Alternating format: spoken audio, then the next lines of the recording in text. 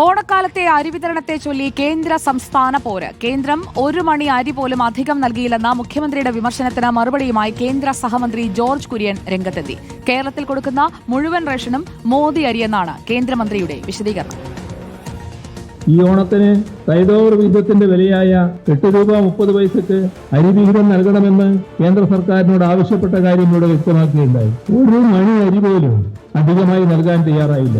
ഓണക്കാലത്ത് കിലോഗ്രാമിന് 8 രൂപ 30 പൈസയ്ക്ക് അരി നൽകണം എന്നായിരുന്നു കേരളം ആവശ്യപ്പെട്ടിരുന്നത്. എന്നാൽ ഇതിനോട് കേന്ദ്രം മുഖം തിരിച്ചെന്നാണ് മുഖ്യമന്ത്രിയുടെ കുറ്റപ്പെടുത്തൽ. കോവിഡ് കാലത്തെ ക്രൂര സമീപനം കേന്ദ്രം ഇപ്പോഴും തുടരുന്നതായും മുഖ്യമന്ത്രി രോഷത്തോടെ പറഞ്ഞു. ഇതിനാണ് ഇന്ന് കേന്ദ്രമന്ത്രി ജോർജ് കുര്യൻ മറുപടി നൽകിയത്. ഈ കേരളത്തിൽ കൊടുക്കുന്ന റേഷനിലെ മുഴുവൻ അരിയും മോഡി അരിയാണ്. പിണറായി വിജയന്റേത് ഒരു മണി പോലുമില്ല. ഉത്സവാന്തരീക്ഷത്തിൽ അനാവശ്യ വിവാദങ്ങൾ ഉണ്ടാക്കരുതെന്നും കേന്ദ്രമന്ത്രി ആവശ്യപ്പെടുന്നു. News desk reporter.